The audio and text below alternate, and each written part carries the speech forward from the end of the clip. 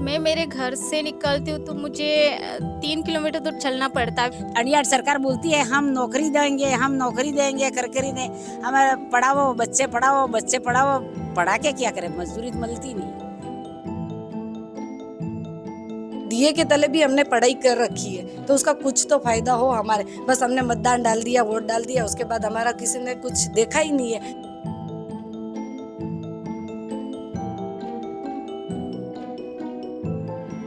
In 1962 Lok Sabha elections, the gender gap in vote turnout was a huge 16.7 percentage points. In 2019 Lok Sabha elections, female vote turnout exceeded male vote turnout. In the tribal districts of Banswara and Dungarpur in Rajasthan, women voter turnout has exceeded male voter turnout in the past few elections. And this is why we talk to women voters to understand why they come out to vote, what their issues are, and what they think of the current government. Let's hear what female voters have to say about this election.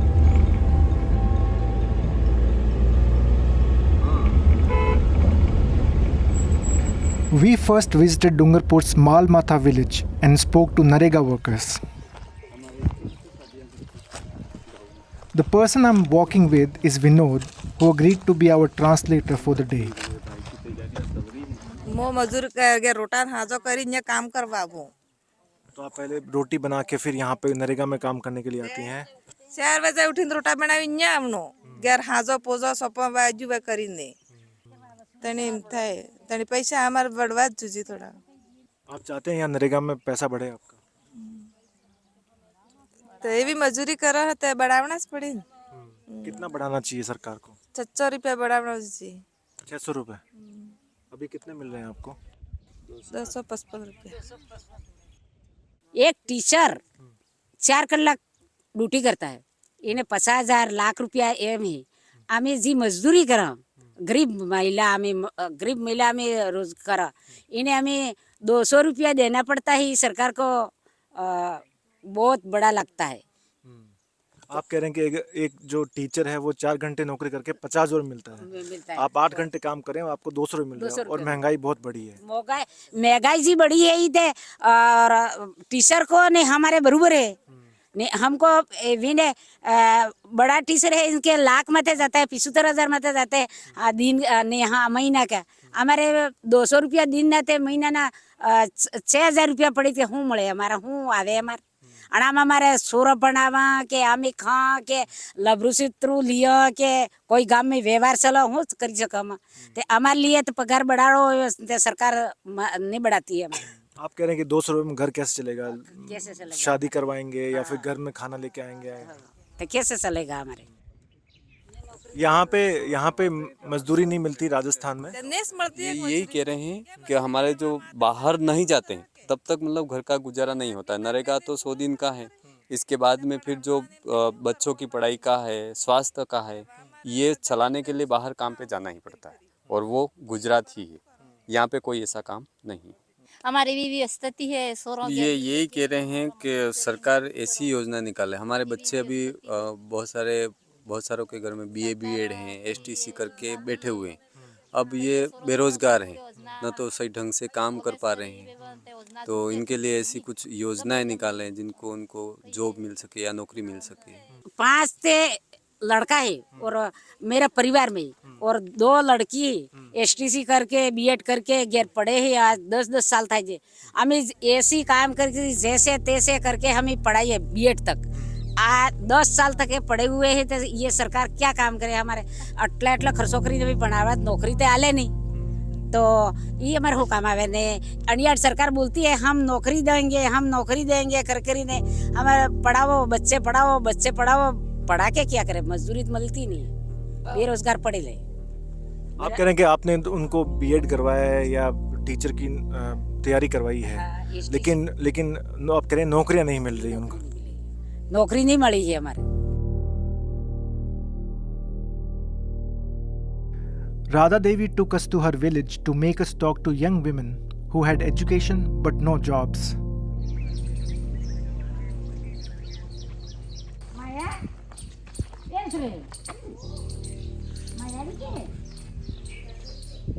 As we reached there, she found out they had already left for work in Gujarat. Instead, we met her nephew's wife, Priyanka. अभी मैं BEd कर रही हूँ, regular है first year. हमारे गांव में यहाँ तो बहुत महिलाएं यूँ कम पढ़ी लिखी है और इस बार रोजगार भी कम मिलता है। मतलब पढ़े लिखे हैं उनको ज़्यादा सिलेक्शन भी नहीं हुआ है यहाँ पे। वैकेंसी निकलती है पर यहाँ पढ़ने की कोई व्यवस्था भी नहीं है, इसलिए ज़्यादा कंपटीशन नहीं रहता है। हॉस्पिटल भी दूर है थोड़ा, ज़्यादा पास भी नहीं है, इसलिए वहाँ जाना पड़ता है। थोड़ी आने जाने की दिक्कत रहती है। बिछीवाड़ा है। यहाँ से कितना दूर है हॉस्पिटल? अभी 6 किलोमीटर होगा, 7 किलोमीटर। तो आपका घर का जो खर्चा है, आपको लगता है पहले से महंगाई बढ़ी है या कम हुई है? बड़ी है। अभी तो पूरा उन पे ही आ गया है, मेरा खर्चा उनका, अशोक का, घर का, इसलिए उनको जाना ही पड़ता है बाहर रोजगार के लिए। यहाँ तो इतना रोजगार मिलता नहीं है, इसलिए फिर जाना ही पड़ता है। आपके पति कहाँ क्या काम करते हैं? मेरे पति बीएड करती है, उन्होंने होगी है, पर अभी तो बाहर जाते हैं काम करने। उन्होंने बीएड कर रखी है? हाँ, उन्होंने बीएड कर रखी है, होगी है उनकी तो हमारे अभी शुरू हुई।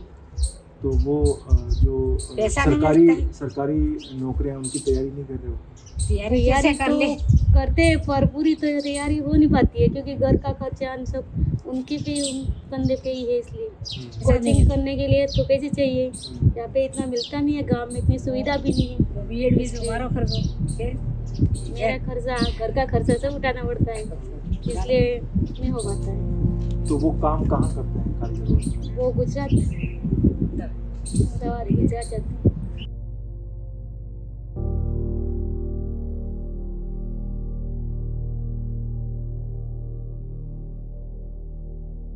From here on, we moved to Banswada's Kushalgarh Tehsil, 130 kilometers away, to talk to female voters.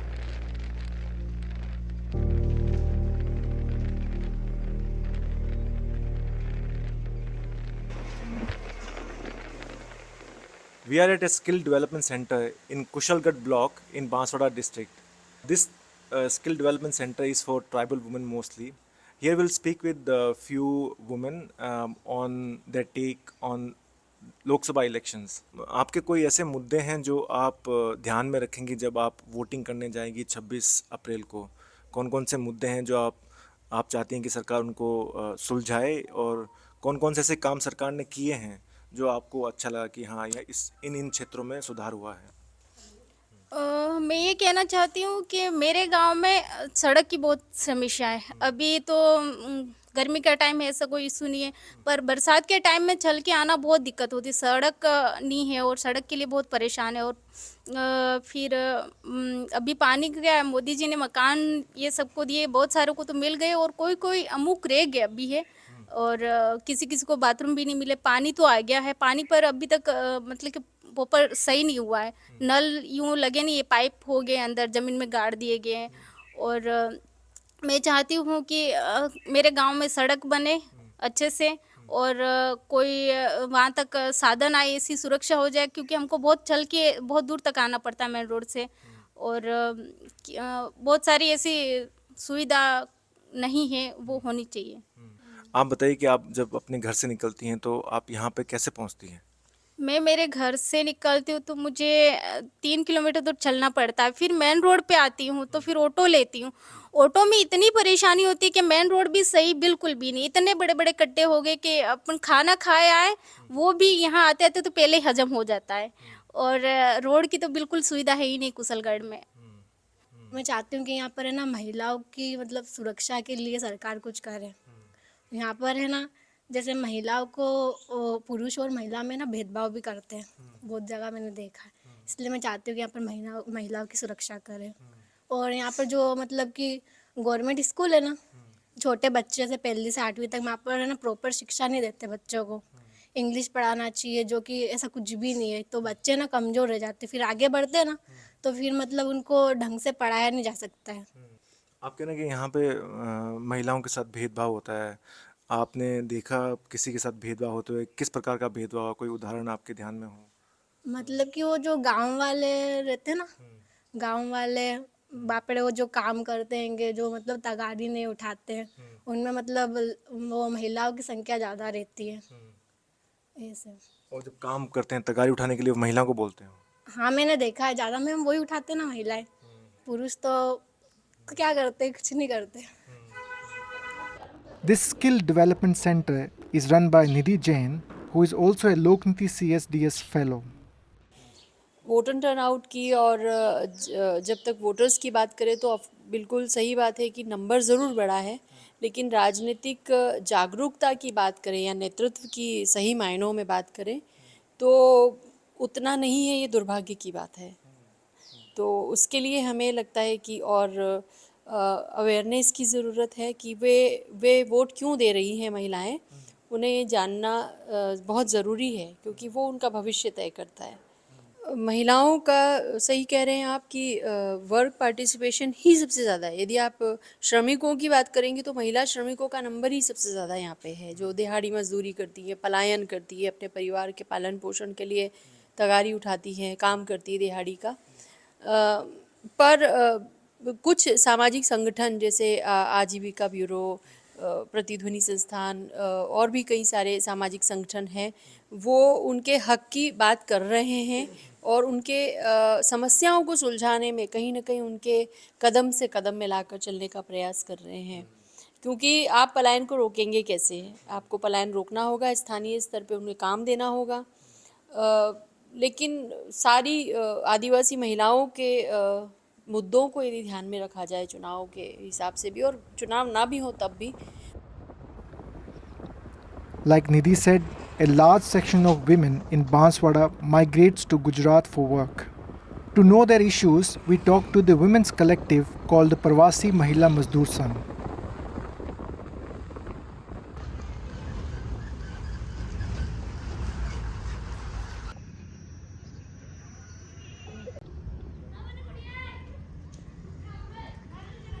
आप अभी नई सरकार चुन के आएगी 2 महीने में, तो आप क्या चाहते हैं जो नई सरकार आए महिलाओं के लिए और क्या क्या काम करें और किन किन कामों में सरकार की कमी रह चुकी है?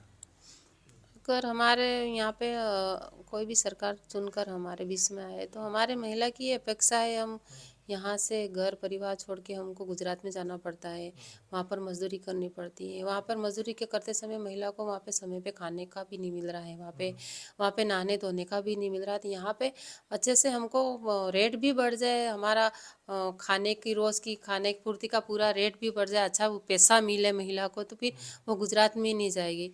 दूसरी बात क्या है, जैसे महिला हमारे यहाँ पे छोटी मोटी सबकी खेतियाँ है, पानी है, सब कुछ है, तो ऐसे खेत महिला के कोई अच्छा काम दे दे या उनके छोटा बाड़ी जैसे कर लेने के इस तरह से हो जाए, ठीक है। तो महिला अपेक्षा रखती है गांव का काम गांव में और गांव का काम गांव में मिले, तो हम यहाँ पर करें, हम गुजरात में नहीं जाए तो हम अच्छे सुरक्षित रह सकती है हमारे गाँव में। तकलीफ महिलाओं को ये है कि यहाँ काम कुछ नहीं मिलता है। ये भी दीदी बोल रहे थे, सही बोल रहे थे। गुजरात में जाते हैं तो छोटे छोटे बच्चे पीड़ित, यहाँ पढ़ाई बिगड़ रही है उनकी, और बुढ़े पूर्वज माँ बाप के पास रख के जाते हैं तो वो उनकी परवरिश कैसे कर सकते हैं। और यहाँ काम करते हैं तो यहाँ 250-300 रुपया मिलता है। अभी तिल की इतनी महंगाई है, साबू साग शक्कर दूध की थैली का भी 35 रुपया हो गया। अभी कैसे पूरा कर पाएगी वो? इसीलिए जाते हैं। तो वहाँ भी उनके साथ बाहर रहने का कोई रूम तो किराए रखा हुआ नहीं है, बाहर सोना पड़ता है, शौचालय बाहर जाती है, नाना धोना बाहर करती है, उनके साथ शोषण होता है। महिलाएं, किशोरियाँ, पढ़ाई करने वाली लड़कियां भी वहाँ जा रही है क्योंकि मजबूरन माँ बाप के पास तो इतने पैसे तो है नहीं, उनको जाना पड़ता है। अभी ये गर्मी की छुट्टियाँ पड़ी, फिर जाएगी लड़कियाँ, किशोरियाँ भी। यहाँ कितने युवा ऐसे हैं जिन्होंने पढ़ाई कर रखी है।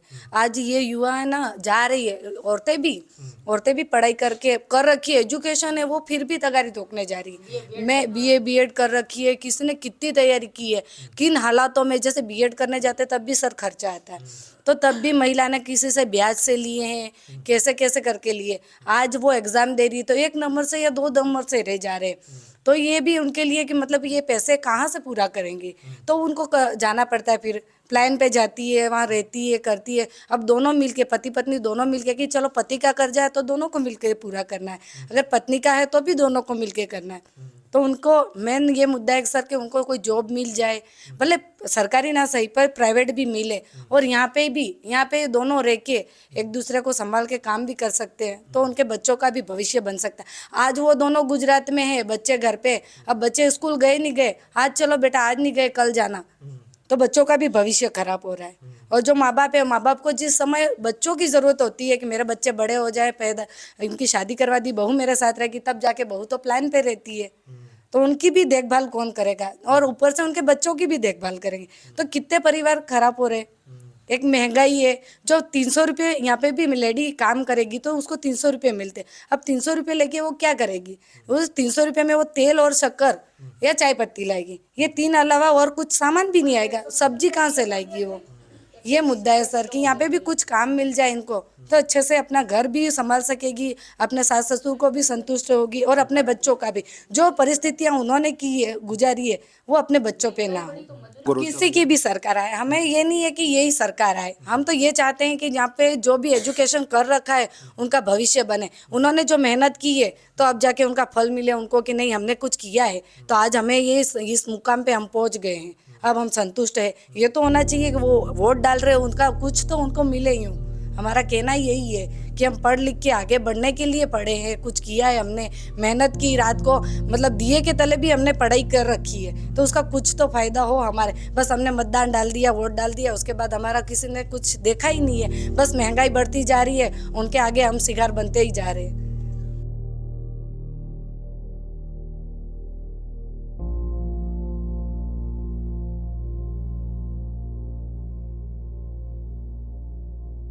Since the 2000s, political parties have actively reached out to female voters.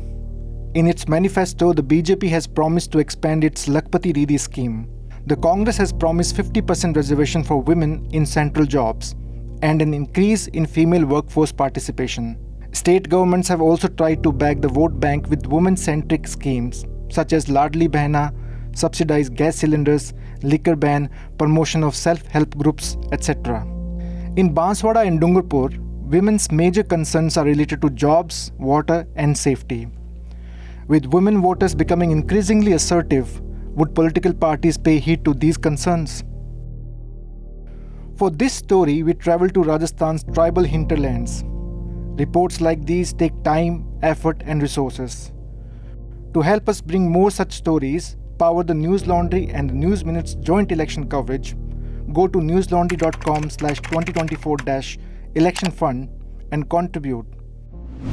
This election season, your right to choose puts you at the heart of it again. We'd like to be your eyes and ears. Choose the journalism and media that serves democracy and you. Simply log on to newslaundry.com/2024-election fund and choose an amount of your choice for the reports of your choice.